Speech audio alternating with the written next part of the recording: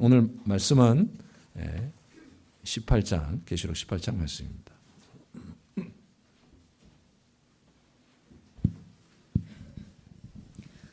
이 일 후에 다른 천사가 하늘에서 내려오는 것을 보니 큰 권세를 가졌는데 그의 영광으로 땅이 환하여지더라. 힘찬 음성으로 외쳐 이르되 무너졌도다 무너졌도다 큰 성 바벨론이여 귀신의 처소와 각종 더러운 영이 모이는 곳과 각종 더럽고 가증한 새들이 모이는 곳이 되었도다. 그 음행의 진노의 포도주로 말미암아 만국이 무너졌으며 또 땅의 왕들이 그와 더불어 음행하였으며 땅의 상인들도 그 사치의 세력으로 치부하였도다 하더라. 또 내가 들으니 하늘로부터 다른 음성이 나서 이르되 내 백성아 거기서 나와 그의 죄에 참여하지 말고 그가 받을 재앙들을 받지 말라. 그의 죄는 하늘에 사무쳤으며 하나님은 그의 불의한 일을 기억하신지라. 그가 준 그대로 그에게 주고 그의 행위대로 갑절을 갚아주고 그가 섞은 잔에도 갑절이나 섞어 그에게 주라. 그가 얼마나 자기를 영화롭게 하였으며 사치하였든지 그만큼 고통과 애통함으로 갚아주라. 그가 마음에 말하기를 나는 여왕으로 앉은 자여 과부가 아니라 결단코 애통함을 당하지 아니하리라 하니 그러므로 하루 동안에 그 재앙들이 이르리니 곧 사망과 애통함과 흉년이라. 그가 또한 불에 살라지리니 그를 심판하시는 주 하나님은 강하신 자임이심이라. 그와 함께 음행하고 사치하던 땅의 왕들이 그가 불타는 연기를 보고 위하여 울고 가슴을 치며 그의 고통을 무서워하여 멀리 서서 이르되 화잇도다 화잇도다 큰 성 견고한 성 바벨론이여 한 시간에 내 심판이 이르렀다 하리로다. 땅의 상인들이 그를 위하여 울고 애통하는 것은 다시 그들의 상품을 사는 자가 없음이라. 그 상품은 금과 은과 보석과 진주와 세마포와 자주옷감과 비단과 붉은 옷감이요 각종 항목과 각종 상아 그릇이요 값진 나무와 구리와 철과 대리석으로 만든 각종 그릇이요 계피와 향료와 향과 향유와 유향과 포도주와 감람유와 고운 밀가루와 밀이요 소와 양과 말과 수레와 종들과 사람의 영혼들이라. 바벨론아 내 영혼이 탐하던 과일이 내게서 떠났으며 맛있는 것들과 빛난 것들이 다 없어졌으니 사람들이 결코 이것들을 다시 보지 못하리로다. 바벨론으로 말미암아 치부한 이 상품의 상인들이 그의 고통을 무서워하여 멀리 서서 울고 애통하여 이르되 화잇도다 화잇도다 큰 성이여 세마포 옷과 자주옷과 붉은 옷을 입고 금과 보석과 진주로 꾸민 것인데 그러한 부가 한 시간에 망하였도다. 모든 선장과 각처를 다니는 선객들과 선원들과 바다에서 일하는 자들이 멀리 서서 그가 불타는 연기를 보고 외쳐 이르되 이 큰 성과 같은 성이 어디 있느냐 하며 티끌을 자기 머리에 뿌리고 울며 애통하여 외쳐 이르되 화잇도다 화잇도다 이 큰 성이여 바다에서 배부리는 모든 자들이 너의 보배로운 상품으로 치부하였더니 한 시간에 망하였도다. 하늘과 성도들과 사도들과 선지자들아 그로 말미암아 즐거워하라. 하나님이 너희를 위하여 그에게 심판을 행하셨음이더라 하더라. 이에 한 힘센 천사가 큰 맷돌 같은 돌을 들어 바다에 던져 이르되 큰 성 바벨론이 이같이 비참하게 던져져 결코 다시 보이지 아니하리로다. 또 검은 곳 타는 자와 풍류하는 자와 퉁소 부는 자와 나팔 부는 자들의 소리가 결코 다시 내 안에서 들리지 아니하고 어떠한 세공업자든지 결코 다시 내 안에서 보이지 아니하고 또 맷돌 소리가 결코 다시 내 안에서 들리지 아니하고 등불빛이 결코 다시 내 안에서 비치지 아니하고 신랑과 신부의 음성이 결코 다시 내 안에서 들리지 아니하리로다. 너의 상인들은 땅의 왕족들이라. 내 복술로 말미암아 만국이 미혹되었도다. 선지자들과 성도들과 및 땅 위에서 죽임을 당한 모든 자의 피가 그 성 중에서 발견되었느니라 하더라. 아멘. 하나님, 이 시간 저희가 주의 말씀을 들으며 이 시대를 다시 보면서 좀 말세에 우리가 주를 어떻게 바라봐야 될지를 고민하기 원합니다. 하나님 함께해 주시옵소서. 예수님 이름으로 기도합니다. 아멘. 2008년 월스트리트에 있는 그 증권가에서 벌어진 그 엄청난 사건 때문에 금융 시스템이 붕괴되고 그러면서 전 세계가 아주 그 패닉과 좀 붕괴와 무너짐을 경험했더랬습니다.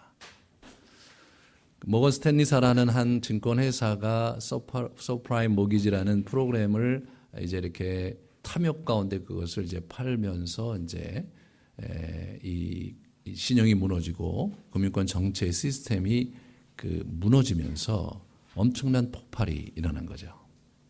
한순간에 그냥 미국 전체가 날아간 것 같았고 세계가 그 충격 속에 휩싸여서 지금까지 신음하고 있습니다. 한순간에 그 자본주의 시스템과 정말 그 거대 그 제국이 그리고 그 금융 시스템 자체가 그렇게 허망하게 날아가리라고 아무도 예측하지 못했는데 한순간에 그냥 맥없이 무너지고 말았고 수많은 사람이 그 무너짐의 희생양이 되었습니다. 오늘 그 18장에 나와 있는 이 바벨론의 붕괴, 바벨론의 멸망 이 시나리오도 사실은 그와 비슷한 양태로 움직이고 아니 오히려 이 바벨론 붕괴의 시나리오의 그러한 흔적이 그 금융 붕괴 위기 속에서 아주 잘 드러나고 있지 않는가 그렇게 생각이 됩니다. 마지막 날 하나님께서 정말 이 온 땅을 지배하고 있는 이 자본주의 시스템과 온 땅을 지배하고 있는 이런 세속주의의 그 금권력과 억압과 착취 구조가 궁극적으로 패퇴할 것이라는 메시지를 우리 요한을 통해서 18장에 우리에게 들려주고 있는데 그 그림을 오늘 저희가 잘 이렇게 붙들면서 정말 어떻게 우리가 이 시대를 제대로 살아갈 수 있을지를 붙잡는 그런 시간 갖겠습니다. 오늘 바벨론의 붕괴에 대한 얘기를 하는데 무너지는 바벨론 이야기를 하는 데 있어서 먼저 우리는 이 바벨론의 실체가 어떤 것인지 큰 음녀 바벨론 17장부터 얘기 나오고 있는데요. 큰 음녀 바벨론을 먼저 이렇게 좀 정리를 해보겠습니다. 이 창세기 17장 18절에 보면 이 큰 음녀는 땅의 왕들을 다스리는 자로 나오고요. 17장 1절에서 15절에 보면 온 천하의 자기 백성들을 다스리고 있는 자로 이렇게 나옵니다. 17장 15절을 보시면 또 천사가 대답하되 내가 본 바 음녀가 앉아있는 물은 음녀는 여기서 바벨론입니다. 백성과 무리와 열국과 방언들이라. 백성과 무리와 열국과 방언들. 만민에 대한 계시록적 관용어거든요. 그러니까 이 사람이 이 바벨론이 사실 굉장히 많은 그 나라와 이런 것들을 거느리고 이렇게 왕들을 거느리고 백성들을 거느린 거대 집단입니다. 그 집단은 풍요와 사치로 얼룩진 나라였어요.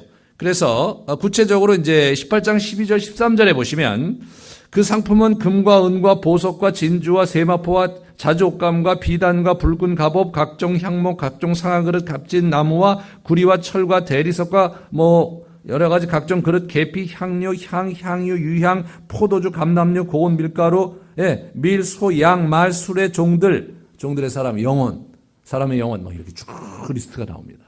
이 리스트가 사실 로마가 외국으로부터 수입했던 그런 품목이라는 거예요. 이것을 요한이 아주 장황하고 아주 구체적으로 쭉 기록하면서 그러면서 얼마나 로마가 풍요를 이렇게 사치를 누리고 있었는지를 극명하게 표현하려고 했던 것을 우리가 보게 됩니다.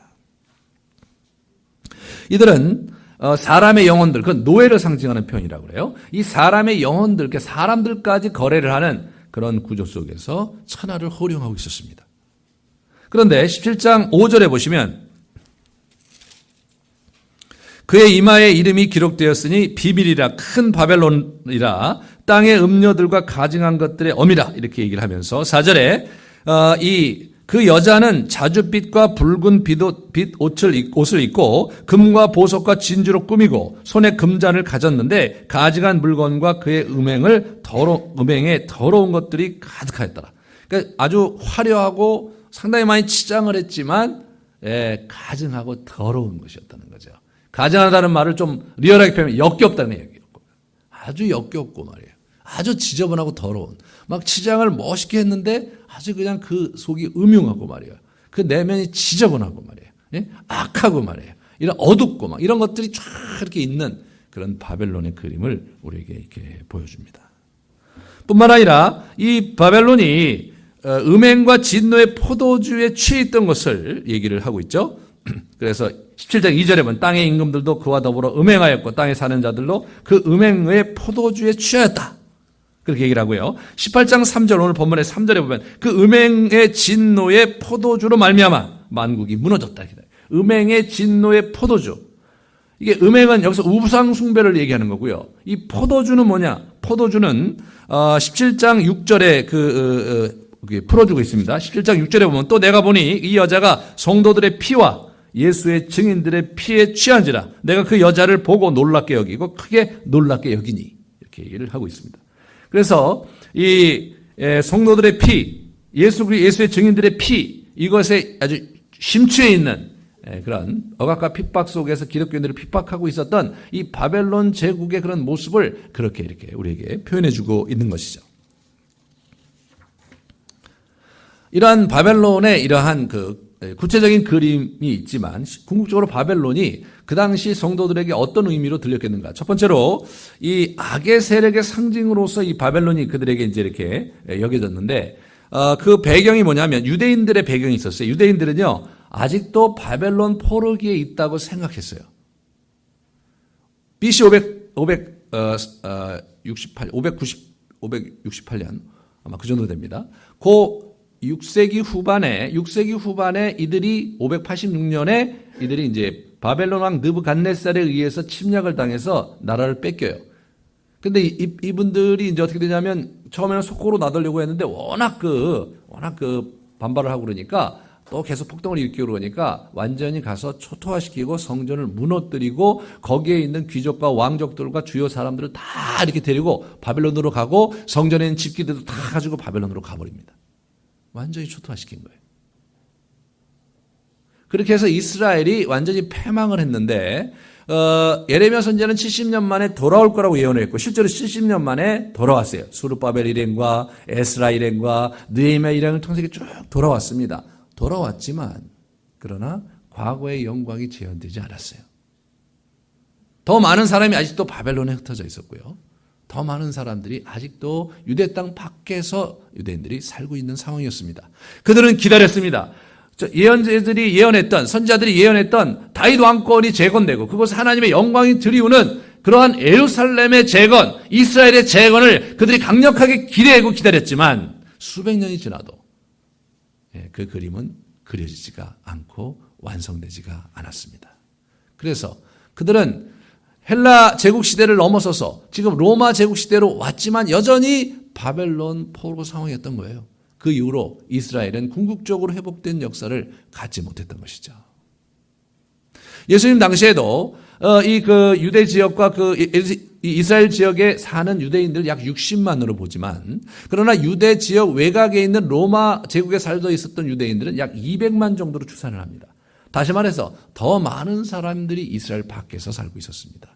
그러므로 그들은 여전히 바벨론 패망 이후 바벨론 포로기를 지니고 있다고 생각하는 것은 너무나 자연스럽고 유대인들의 어떤 학자들의 글들에 이렇게 남아있는 기록을 보면 그들이 로마를 또 다른 바벨론으로 이렇게 묘사하는 그러한 글들이 남아있습니다. 바벨론은 여호와의 성전을 무너뜨렸고요. 그리고 우상을 숭배하게 했고 언약 백성인 수많은 유대인들의 피를 흘렸고 그들을 억압했고 그들을 포로로 데려갔던 장본인 그게 바로 바벨론입니다. 그렇기 때문에 역사상 이제 바벨론 이후에 나타나는 수많은 제국들이 언약 백성을 이렇게 억누르고 그 다음에 핍박하는 그 모든 제국들을 이제는 바벨론의 후예들인 거예요. 그러므로 다 바벨론인 거예요. 그러니까 1차적으로 이 요한계시록을 듣고 있었던 7교회 성도들에게 있어서 그 바벨론은 누구냐? 그것은 로마입니다. 그렇지만 이 바벨론의 뒤를 이어서 로마가 왔지만 그 이후에도 수많은 제국들이 부침하면서 말이에요. 그러면서 여전히 기독교를 억압하고 핍박했죠. 그래서 로마 제국이 무너지고 이슬람 제국들이 들어서서 사실 굉장히 이제 이스라엘 진영에 있는 언약 백성들도 기독교인들을 핍박하고 억압했습니다. 그래서 이제 오스만 투르크에 있는 슐탄들 같은 경우는 자기의 특별 예니 부대라는 특별 부대를 만들었는데 어렸을 때 아예 남자애들을 이렇게 소년 때 이렇게 불러갖고 걔들을 아주 이렇게 훈련을 특별하게 시키는 거예요. 그래서 아주 그 자기 특공대로 훈련을 시켜갖고 그들을 자기 부대로 하고 그들을 이제 이렇게 했는데 그들을 거세를 시켜서 죽을 때까지 자기를 봉직하게 했는데 이 사람이 얼마나 나쁜 사람이냐면 기독교인들의 가정에 있는 남자애를 데려다가 그 짓을 한 거예요. 역사상 그런 얘기들을 이렇게 보면요. 처참하게 그리스도인들이 당하고 무너졌던 것을 보게 됩니다.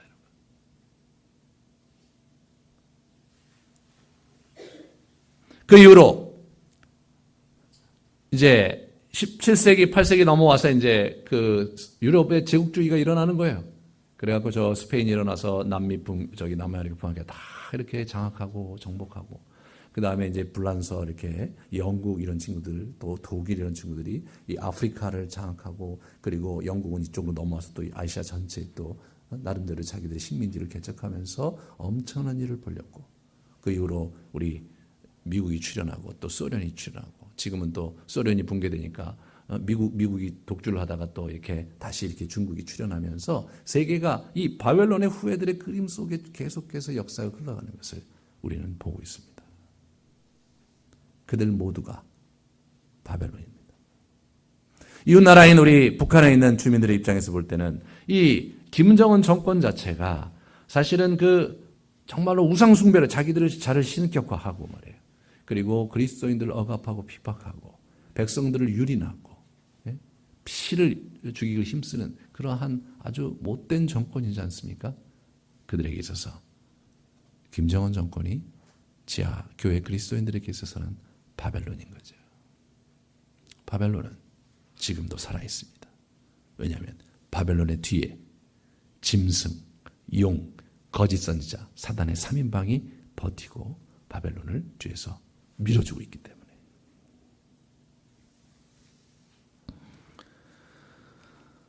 그런데 그 바벨론의 후예들이 이제 궁극적으로 멸망한다는 거예요. 여기 보시면 3절에 보시면 그 멸망의 이유가 이렇게 나타납니다. 18장 3절에 보시면 그 음행의 진노의 포도주로 말미암아 만국이 무너진 거예요. 그 음행의 포도주 그걸 통해서 만국이 무너진 거예요. 만국이 그리고 우상 숭배를 하고 그리고 이제 그 기독교를 억압하고 그러면서 자기들 나름대로의 그 제국을 꿈꾸면서 흘러가지만 결국은 그로 인해서 만국이 무너질 거라는 거예요. 두 번째로 땅의 임금들도 그와 더불어 음행을 했다. 그러니까 단순히 이 바벨론이 자기뿐만 아니라 여러 열강들, 여러 다른 나라의 왕들을 이렇게 귀합해서 이 음행에 동참하게 하는, 그래서 기독교를 억압하고 핍박하게 하는 그런 형태로 이제 흘러간다는 거죠. 여기 보시면 또 땅의 상인들도 사치의 세력으로 치부를 했습니다. 땅의 상인들. 그래서 많은 제국이 그랬듯이 이 로마도 정복한 나라들을 착취해서 배가 부르고 살찌우고요. 그랬던 것을 우리가 이렇게 역사상 이렇게 볼 수가 있죠. 제국은 늘 그래요. 미국이 사실은 기독교 국가고 대단한 것 같지만 결국은 최근 20, 30년에 보면은 제국주의 얘기를 그대로 쫓아가고 있고 더 이상 그들이 기독교 국가가 아니죠. 크리스마스를 크리스마스라고 공식적으로 얘기를 못해요. 그냥 헐러데이 이렇게 얘기합니다. 메리 크리스마스라는 인사를 공식적으로 못하는 나라가 돼버렸어요. 오히려 저와 여러분이 메리 크리스마스라는 얘기를 하는데 그 친구들 그렇게 못합니다. 최근에 보여준 그들의 탐욕은 역사상 부침했던 바벨론의 그것과 아무것도 다를 바가 없는 그런 나라가 되어버린 것이죠. 23절에 보시면 23절 후반절에 보시면 또다시 거기 이렇게 바벨론의 패망의 원인이 나오는데 너희 상인들은 땅의 왕족들이다. 이 상인들이 땅의 왕족들이다. 그러니까 이게 뭐냐면 비즈니스맨들이거든요. 당시에. 그 사람들이 왕족과 같은 지위를 차지하는 거예요. 그러니까 로마가 그 당시 이제 약간 지금의 자본주의 형태와 비슷해갖고 비즈니스 하는 사람들이 권익을 많이 누렸거든요. 그 사람들이 존귀한 자가 되는 거예요. 이 그림은 이사야 선지자에 보면 두로와 시돈에 있는 그러한 상인들이 존귀한 자가 돼갖고 막 그들이 교만하고 그래서 하나님이 그들을 징계하는 그 멸망을 예언하는 장면이 나옵니다. 오늘날 우리에게 얘기하면 그 굉장히 그 부를 차지하고 있고 큰 회사를 일으켜서 재벌을 일으키고 큰 회사의 회장이 되고 총수가 되는 그러한 분들이 사실은 존귀한 자잖아요. 이 세상에서 지금. 그 존귀한 자들이 멸망할 거라는 겁니다. 왜? 그들이 결국은 교만하고, 예? 그리고 재물을 숭배하고 하나님을 거부하고 하나님을 인정하지 않았기 때문에 결국은 마지막 날 그들은 패망할 것이라는 겁니다. 동시에 복수를 통해서 만국을 미혹했다. 23절에 이렇게 나오죠. 네 복수로 말미암아 만국이 미혹됐다. 복수는 이게 문자적으로는 마술이라는 뜻이지만 결국은 점치고 이렇게 그런 우상숭배예요. 우상숭배하는 건데 그것이 사치의 폭넓은 의미로 사용되면서 결국을 뭐냐면 그러한 물질주의와 향락주의에 이렇게 세속주의라고 할 수 있죠. 그쪽으로 쫙 이렇게 물들게 해서 그 재물의 신을 이렇게 하게 하고 그리고 거기에 관련된 우상을 이렇게 섬기게 하고 재물과 우상은 같이 가잖아요. 이웃나라인 일본만 해도 재물과 우상이 같이 가고 중국 이 친구들 얼마나 부족도 많고 자기 나라에 우상이 얼마나 많은지 몰라요. 그렇게 같이 가는 겁니다, 지금.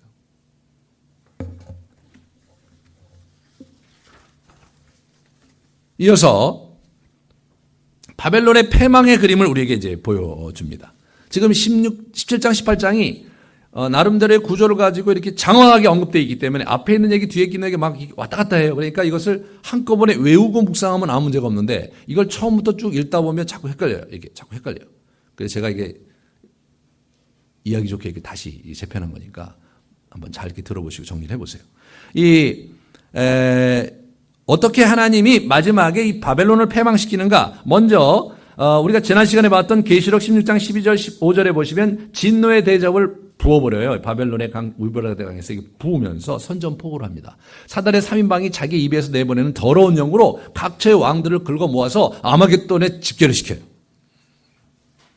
그 다음에 16장 19절을 보시면 16장 19절을 제가 좀 읽어드릴게요. 큰 성이 세 갈래로 갈라지고 만국의 성들도 무너지니 큰 성 바벨론이 하나님 앞에 기억하신 바 되어 그의 맹렬한 진노의 포도주 잔을 받으리라. 그래서 진노의 포도주 잔을 그들이 이제 옛날에 진노의 뭐냐면 자기들이 포도주, 다시 말해서 우리 그 하나님의 언약 백성들을 그리스도인들을 핍박하면서 죽였던 그 피 흘림 그걸 너희들한테 대갚아 주겠다 이렇게 얘기를 이제 하나님께서 이제 하시는 거죠. 그러면서 이제 6절에서 8절에 그 하늘의 심판석상에서 재판을 이제 이렇게 하시는 장면을 간단히 이렇게 보여줍니다. 그 재판을 할 때 판결 원칙이 6절과 7절 전반절인데요. 그가 준 그대로 그들에게 주고 그의 행위대로 갑절을 갚아주고 그가 섞은 잔에도 갑절이나 섞어 그에게 주라 이렇게 얘기합니다. 갑절. 구약에서 이 갑절은 완벽하게 충분히 보응해 주는 걸 얘기해요. 갑절로 갚아주겠다. 충분히 보응하는 것을 얘기합니다. 그래서 그렇게 다 행위대로 그가 베푼 대로 그대로 다 갚아주고 실제로 보시면 그가 얼마나 자기를 영화롭게 하였으며 사치하였든지 그만큼 고통과 애통으로 갚아줄 것이다. 그렇게 한단 말이죠. 그러니까 이 친구가 이제 뭐라고 얘기하냐면 자기를 변호해요. 7절 후반절에 보면 나는 여왕으로 앉은 자여 과부가 아니라 결코 애통함을 당하지 아니하리라. 나는 여왕으로 앉은 자여 과부가 아니다 이거예요. 나는 뭐예요? 짐승 등을 타고 있거든요. 지금 이 10장 그림에 보면 자기는 뭐예요? 사단의 3인방 중에 하나인 짐승의 후원을 받고 있어요. 예? 용의 후원을 받고 있고 거짓 선지자의 후원을 받고 있단 말이죠. 그러므로 내가 과부가 아닌데 내가 왜 원통한 일이 생기겠느냐라고 얘기하면서 오히려 하나님께 대항하죠. 그러면서 이제 이렇게 그들이 이제 이렇게 대항하지만 결국 그들을 징계하는 초점은 뭐냐면 죄 몫은 순교자의 피에 있습니다. 순교자의 피. 그래서 18장 24절에 완전히 멸망한 다음의 모습이 보여주면서 24절에 이런 표현이 나와요. 선지자들과 성도들과 및 땅 위에서 죽임을 당한 모든 자의 피가 그 성 중에서 발견되었다. 그들을 폐마하고 나서 보니까 그 피가 있었단 말이에요. 그게 증거란 말이에요. 이것은 저희가 같이 보았던 인재양, 5째 인재양에 순교자들의 영혼이 하나님께 이렇게 대접을 올려서 자꾸 드리잖아요. 우리의 기도를, 우리의 억울함을 풀어달라고 하나님께 기도를 하는데 하나님이 잠깐만 기다려라. 숫자가 차기까지 기다려라 그랬는데 그들의 기도가 이게 보응이 돼서 바벨론 멸망 때 하나님께서 궁극적으로 그 핏값을 되돌려주는 그러한 일을 행하신다는 거죠. 8절에 보면 판결이 나오는데 하루 동안의 그 재앙들이 이르리니 하루에 그냥 끝나버리는 거 하루아침에 곧 사망과 애통함과 흉년이라. 그가 또한 불에 살라지리니 그를 심판하시는 주 하나님은 강하신 자다. 예, 사망과 애통과 흉년이 하루에 그냥 한꺼번에 일어난다는 거예요. 그러면서 그게 불타 없어진다는 겁니다.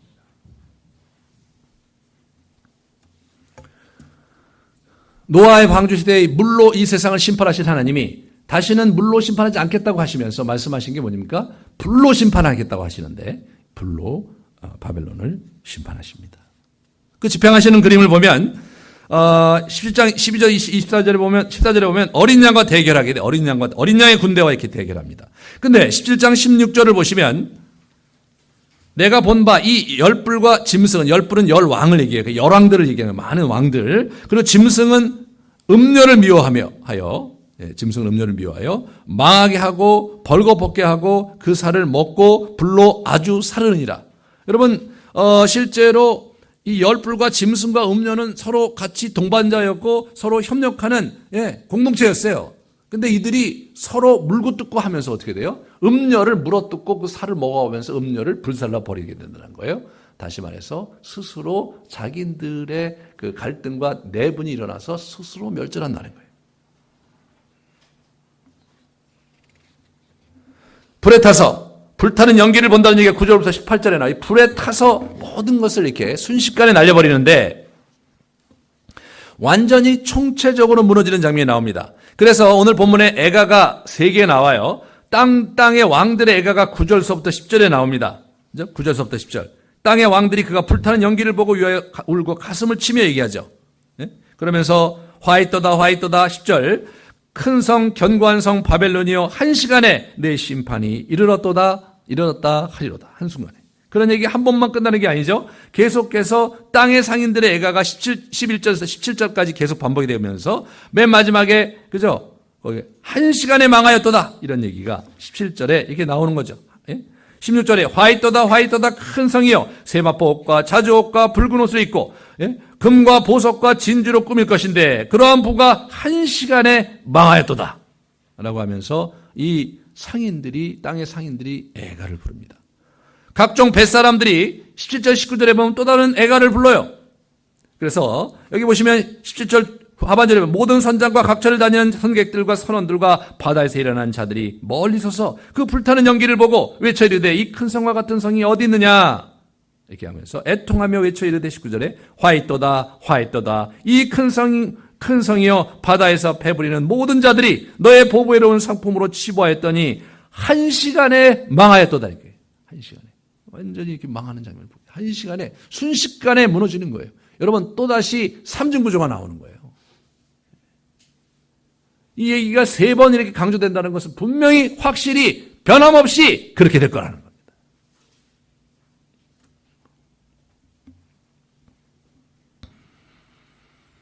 정말 허망하고 속절없이 와로로 무너진다는 거예요. 여러분 어떻게 그 월가가 그렇게 속절없이 허망하게 이렇게 와르르 무너질 줄 누가 알았습니까? 그렇게 완전히 무너져 갖고 갑자기 미국의 이 부동산 값이 반값으로 떨어지고 말이에요. 그러면서 여러 가지 일들이 벌어지면서 미국이 무너졌고 그 여파가 그저 전 세계에 번졌고 말이에요. 저희들이 또 그렇게 힘들고 있는 거죠. 한순간에 망하는데 너무 허망하게 많은 거예요.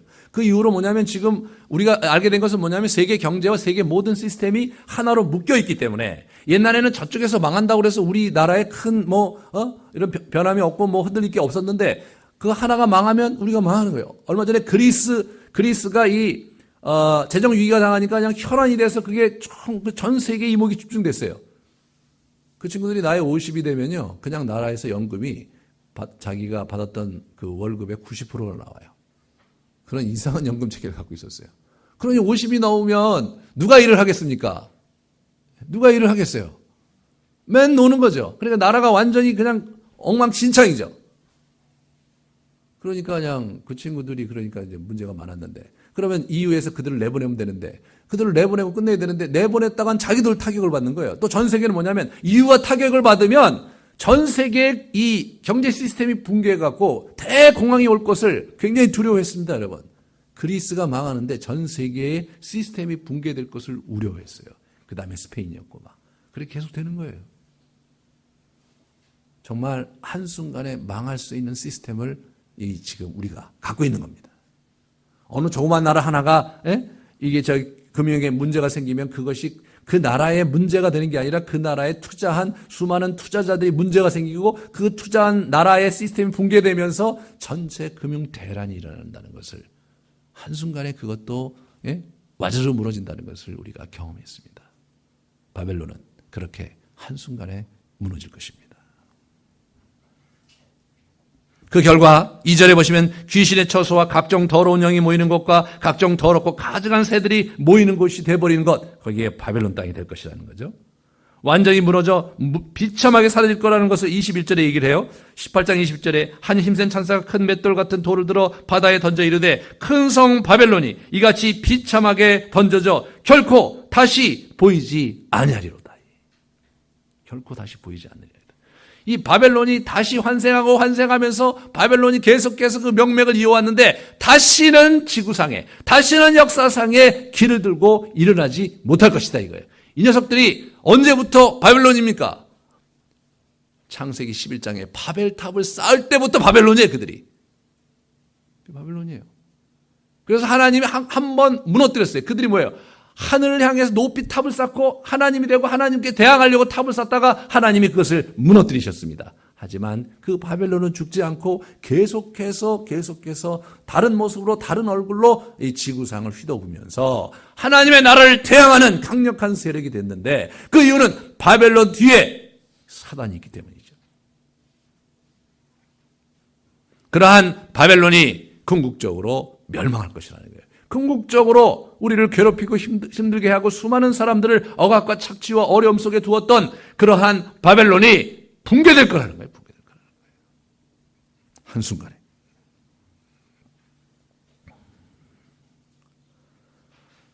그런데 아주 재미난 것은 뭐냐면 이렇게 어마어마한 붕괴와 어마어마한 일이 벌어지는데 전투 장면에 대한 기록은 거의 없어요. 아니 도대체 그래서 어떻게 싸웠다는 거야? 아마겟돈에 그들이 막 악한 세력이 총 집결을 했어요. 집결을 했으면 그러면 아마겟돈에 다 집결을 했고 여호와의 예수 그리스도의 그 어린 양의 부대가 또 다 집결을 해서 도대체 어떻게 싸웠다는 거야? 라고 이렇게 질문을 던져보면요. 그런 얘기가 잘 안 나오는 거예요. 오늘 보면 무슨 일이 일어나는지가 잘 좀 불명확해요. 그냥 불에 타고 있는 얘기만 나오는 거예요. 그리고 나서 막 그것 때문에 애통하는 그림, 그것 때문에 이제 더 이상 바벨론이 이 땅에서 자취를 감출 것이라는 그런 그림이 있을 뿐인 거예요. 계시록 19장 19절에 보시면 또 내가 보매 그 짐승과 땅의 임금들과 그들의 군대들이 모여 그 말 탄 자와 그의 군대와 더불어 전쟁을 일으키다가 전쟁을 여기서 하는 게 나오는데 20절에 그냥 금방 속절없이 잡혀버려요. 그래서 전쟁을 했긴 했는데 그냥 속절없이 끝나버리는 전쟁이 되는 거야 이게. 왜 그런가? 하나님 예수 그리스도가 만주해 주시고 만왕의 왕이시고 오늘 18장 8절에 보면 하나님은 강하신 분이다. 여호와께서 강하시고 예수 그리스도의 강하신 분이기 때문에 그들을 이길 것이다. 이렇게 얘기를 하고 있습니다. 사실 이렇게 보면 이렇게 더 강한 자가 와서 그에게 이렇게 하면은 사실은 이제 약한 자는 이렇게 주눅이 들게 마련이잖아요.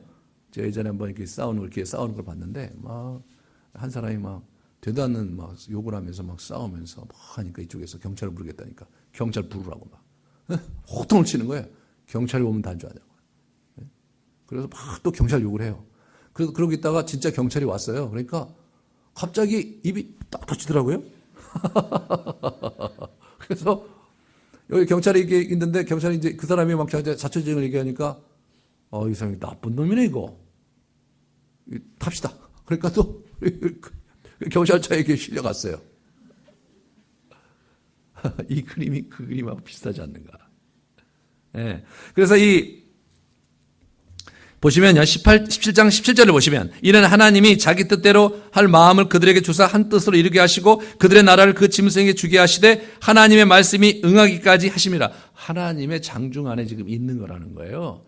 하나님이 허락하니까 이게 있지. 하나님이 한번 마음 먹으시면 그냥 전쟁은 시작도 하기 전에 끝나버리는 거라는 거예요. 이 그림이 어디 나오냐. 구약 전체의 그 여호와의 전쟁의 양상이 다 그런 식으로 나오는 거예요. 그래서 막 태양이 멈추고 말해요.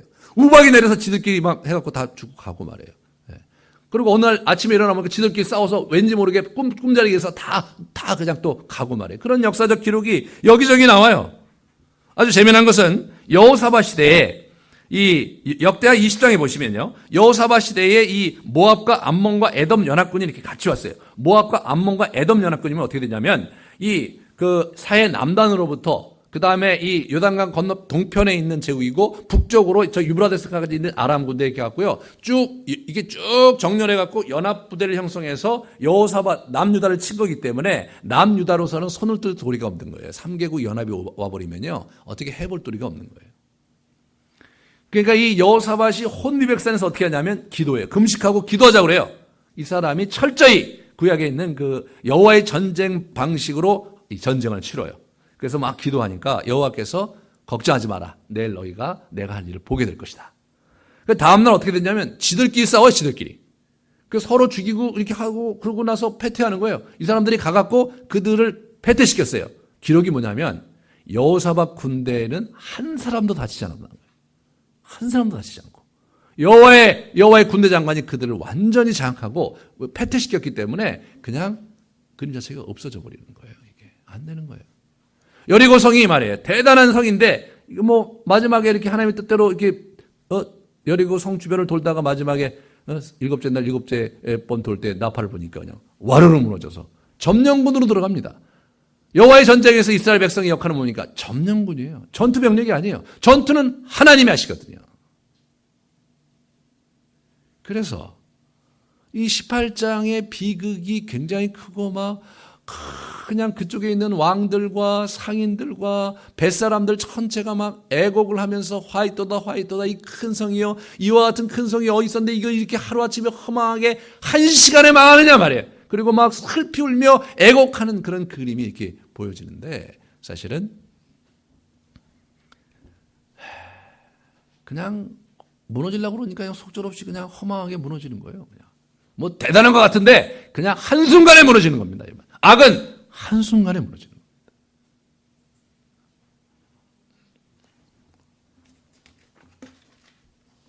이것이 이 마지막 전쟁 양상 우리에게 보여주는 이 바벨론이라는 나라가 이렇게 완전히 강력하게 이 로마 형태로 어떤 형태로 우리를 지배하는 것 같지만 그러나 한순간에 여호와의 하나님의 뜻을 펴셔서 그들을 징계하려고 마음먹으시니까 어린 양의 군대가 와서 그들을 대적하는데 싸워볼 것도 없이 그냥 잡혀버리는 거죠. 그냥 잡혀버리는 거예요. 저와 여러분이 이런 하나님을 섬기고 있는 거죠. 저는 정말 갑자기 이 그림을 보면서 제가 이 바벨론이 무너진다 이게 여기 보시면 무너졌도다 해요 이게 그냥 무너질 것이다가 아니에요 그냥 무너질 거다 그렇게 될 거다 이렇게 얘기한 게 아니라 무너졌도다 큰 성 바벨론이요. 그냥 이미 그것은 무너진 거라 진배 없는 거예요. 그것은 곧 그렇게 될 거니까. 너무나 속이 시원하더라고요. 이 세상에 억압과 불의가 판치고 말이에요. 악한 자가 잘 살고 말이에요. 가진 자가 없는 자를 짓밟는 그런 구조 속에 역사가 흘러오고 말이에요. 그런 수많은 스토리가 인류 역사에 있는데 그것이 한순간에 끝장이 나면서 더 이상 그런 시스템에 살지 않아도 되는 세상이 온다는 사실, 그것이 참 큰 힘이 되고 이 세상의 모든 그림이 하루아침에 상대화돼 버리고 지나가 버릴 그림으로 바뀌는 그런 경험을 묵상하면서 했습니다. 그러면 이러한 그림 속에 우리가 어떻게 해야 되는가? 우리 성도들에게 어떤 권면을 주는가? 4절과 그리고 20절의 두 말씀 속에 우리가 어떻게 이 그림 속에서 정말 이 시대를 살아가야 할지를 보여줍니다.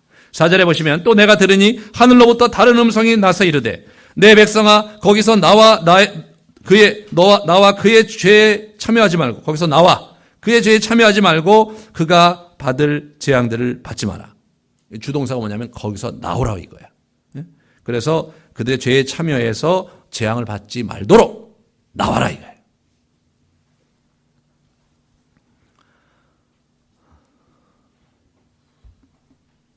이 바벨론 문화를 상대화하고 그것이 무너져 없어질 것을 자각하면서 이 바벨론의 시스템과 그 흐름 속에 추종하지 말고 대안적 삶을 갖고 살아라는 거죠. 오늘날 우리가 얘기하면 이 세속주의, 이 우상숭배와 사치와 향락의 삶이 바벨론의 특징인데, 우상숭배는 예수 그리스도 이후로 재물이냐 하나님이냐, 하나님과 재물을 겸해야 섬길 수 없겠다고 예수님께서 말씀하셨어요. 그러므로 이 이제 구약까지 전체가 우상숭배자 하나님이라는 패러다임에서 재물이냐 하나님이라는 패러다임으로 바뀌는 겁니다, 여러분. 이 시대에 우리는 재물이 우리의 우상이죠. 이 세상의 향락과 재물을 추구하는 그런 삶을 살 것이냐, 아니면 예수 그리스도를 섬기면서 하늘나라에 살 것이냐, 이 기로에 우리가 늘 있는데, 그 바벨론 문화와 바벨론의 그러한 그 술에 취하지 말고 거기서 나와라. 그렇다면 거기 있다 보면 죄를 짓고 거기 있다 보면 네가 재앙을 만날 거 아니냐 이거예요. 이게 무슨 얘기입니까? 이것은 유업에 관련된 얘기입니다. 우리 그 고린도전서 6장을 한번 우리 같이 좀 보여주실래요? 자, 고린도전서 6장 9절부터 보시면, 불의한 자가 하나님 나라를 유업으로 받지 못할 줄을 알지 못하느냐? 미혹을 받지 마라. 음행하는 자나 우상 숭배하는 자나 간음하는 자는 하나 탐색하는 자나 남색하는 자나 도적이나 탐욕을 부리는 자나 술 취한 자나 모욕하는 자나 속여 빼앗는 자들은 하나님 나라를 유업으로 받지 못하리라. 하나님의 나라가 유업이 못 받는다는 거예요. 이게 유업을 못 받는다는 거예요. 그러니까 저 도적, 탐욕 이런 모든 거, 이게 바벨론의 시스템이고 바벨론의 모습이거든요. 그 바벨론의 모습 속에 우리가 바벨론의 장중에 우리가 살고 있기 때문에 우리 안에 어느 틈에 스며들어가 있는 이런 바벨론적인 요소들을 우리가 버려야 되는 거예요. 왜냐하면 그곳에 있다가는 하나님의 유업을 붙잡을 수가 없는 거기 때문에. 너희 중에 이와 같은 자들이 있더니 주 예수 그리스도의 이름과 우리 하나님의 성령 안에서 씻음과 거룩함과 의롭다 하심을 받았느니라. 과거에 그런 사람이 있었는데 이제 씻음 받았으니까 그 길로 다시 들어가지 마라 이거예요. 우리에겐 기회가 있는 거예요. 우리에게는 정말로 예수 그리스도에게 나와 회개하고 새로 씻음 받고 다시는 그 길 가지 마라 이거예요. 그러면 우리에게 유업이 없으니까 그 다음에 보시죠. 너희도 정녕 이것을 알거니와 음행하는 자나 더러운 자나 탐하는 자 곧 우상 숭배자는 다 그리스도와 하나님 나라의 유업을 얻지 못하리라. 이 우상 숭배의 신학적 표현에서 굉장히 중요한 게 탐욕과 탐심입니다, 여러분. 무서운 거 아닙니까? 정말 그 월스트리트가의 그 수많은 그 투자 회사들이 막 그 자기 그 회사들이 그렇게 했기 때문에 그래서 막 미국 전역이 병들고 엄청나게 힘들고 저기 나라에서 막 공적 자금을 투여하고 그러면서 회사를 살려주고 그러는 와중에 그 회장들이 엄청난 보너스를 수억 달러, 수십억 달러의 보너스를 챙기는 것을 여러분 아셨죠? 보셨잖아요. 그 와중에 그걸 챙기는 거예요, 이게. 예? 야, 이 사람들, 거기 미국 사람들 막 집이 없어서 우리 교포들 얘기 들어보니까 밖에 나가갖고 저 차에서 주무시는 분들. 지난번에 그 다큐멘터리에 보니까 미국 어린이들의 3분의 1 정도가 이게 제대로 먹질 못해갖고 이게 배급을 주더라고요, 배급을. 집을 나와갖고 다 이게 호텔에서 모텔에서 자는 저 플로리다주에 그런 모습을 이렇게 쭉 기자가 찍었는데 보니까 기가 막히더라고요. 다 잃어버리고 그냥 모텔에서 애들하고 자는 거예요. 한 방에서. 한 조그만 모텔에서. 그러니까 밥을 줄 수가 없는데 학교에서 그거 주면 이제 그 뭐 빵이라든가 이런 샐러드라든가 이런 햄버거 이런 거 주면 이제 그거 갖고 먹고 말이에요.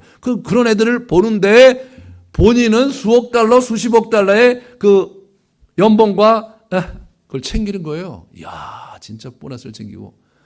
그 사진이 이렇게 나오는데 이렇게 보니까 야, 이렇게 사는 놈도 있구나. 인간의 탐욕이 여기까지 가고 있구나. 여러분, 이 시대에 이 탐욕이 한국 사회도 얼마나 범람하는지 몰라요. 다 탐욕이에요. 여기저기 탐욕이에요.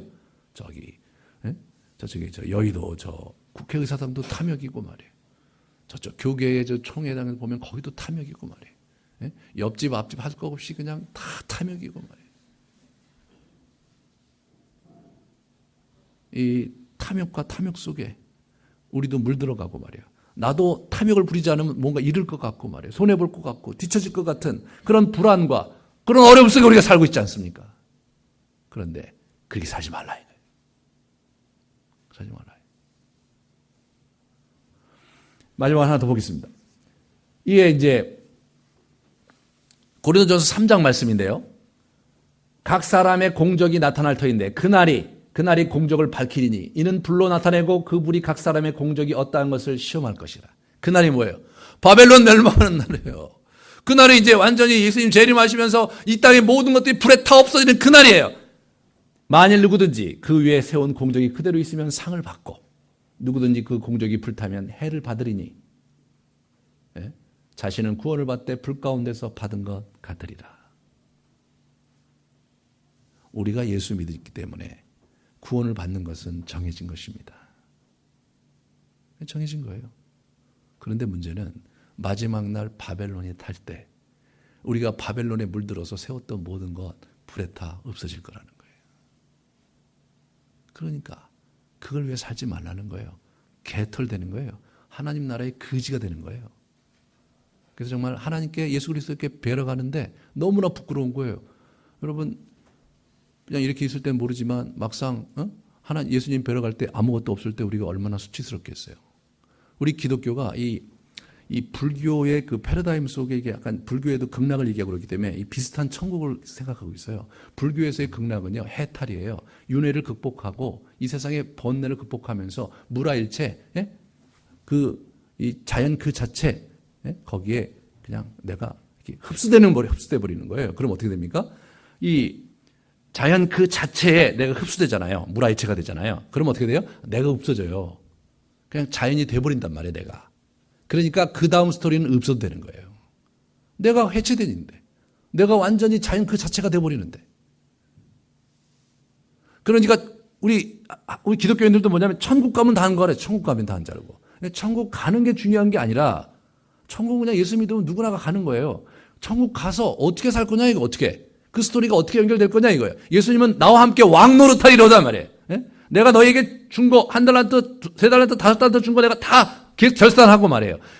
수고한 만큼 내가 보상하고 나와 함께 왕노릇할 그날을 기다리라고 그렇게 말씀하시는데 우리는 그걸 못 들어요. 그냥 이 땅에서 뭐 어떻게 하든 뭐로 가든 뭐 뒤로 가든 앞으로 가든 자기는 천국에 가면 되고, 예? 이 땅에서 적당히 살고 말이에요. 예? 그렇게 뭉개고 이렇게 살려고 하는 그러한 스피릿이 그런 게 아주 그 시대 정신으로 쭉 와 있어요. 너무나 안타까운 일이죠. 그래서 이 교회에 바벨론이 들어와 있잖아요. 그래서 그냥 이 재물의 신이 막 교회를 막 유린하고 있어요. 사람들 분별력을 회개하고 있고. 제가 지난번에 말씀드렸듯이 한국교회 1년 그 헌금 수입이 추산한 게 3조 5천억인데 한국교회가 가진 이 건물 지면서 진 빚이 9조랍니다. 지난 20여 년 동안 한국교회가 무엇을 했는가? 우리들 탐욕 때문에 정말 의리의리한 건물을 짓고 말이에요. 그러면서 막 엄청난 돈을 거기다 투자했는데 남은 게 뭡니까 지금? 그 큰 건물에 사람들이 없고 젊은 사람들이 떠나가고 이런 어처구니 없는 일이 벌어지는 거죠. 또 다른 바벨론이에요. 바벨론이 그냥 교회에 그냥 침투에 들어와 있는 거예요. 이거는 진짜.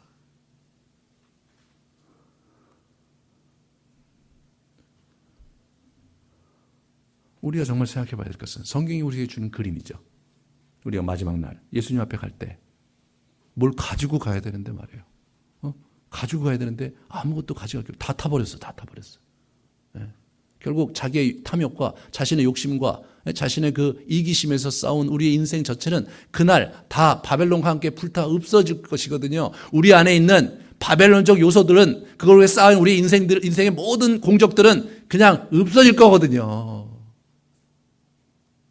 제가 어제 어디 그 모임 갔다가 이제 전철역에서 이렇게 전철을 타려고 이렇게 이제 들어가는데 깨끗하게 생긴 아가씨 둘이 저를 오더라고요. 그래서 보니까 막 얼굴이 광채가 나시면서 아주 틀리시대. 그래서 왜 그러냐 했더니 그 선대의 공덕을 많이 쌓으신 것 같대요.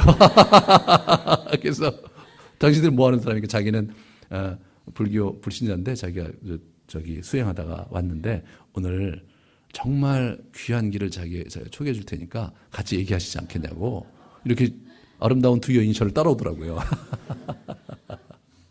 음녀 이렇게 생각해서 제가 웃었어요. 막 이렇게 얘기하길래 막 웃었어요. 제가 웃으면서 알았다고 내가 가겠다 그래서 이제 오는데 뒤따라오는데 내가 막 계속 가니까 이제 안 따라오더라고요. 그들이 공동 얘기를 하는데 기가 막히더라고요. 그 공덕 그거 다 없어질 건데 아니 내 조상이 나를 위해서 공덕을 쌓은 게 왜 나하고 무슨 상관이 있어요? 다 허망한 얘기들이고 예? 다 거짓이죠. 우리를 속이는 것들입니다.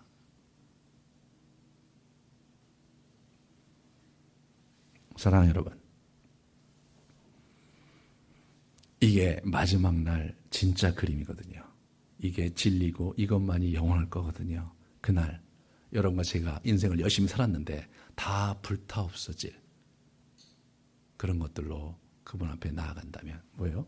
구원은 받되 불 가운데 받은 것 같더라. 얼굴 다 타고 말이에요. 옷 다 타고 화상 잔뜩 입고 시커매갖고 주님께 이렇게 나와서 주님 저 왔습니다. 아이고 야 그냥 가라. 여러분 시커멓게 불에 타서 주님 앞에 가지 말고 뭘 좀 가지고 가시는 여러분 되시기 바랍니다. 여러분의 인생을 주님 앞에서 하시고 분투하시고 좀 어렵지만 다시 하나님을 붙잡는 복된 여러분 되시기를 축원합니다. 아멘.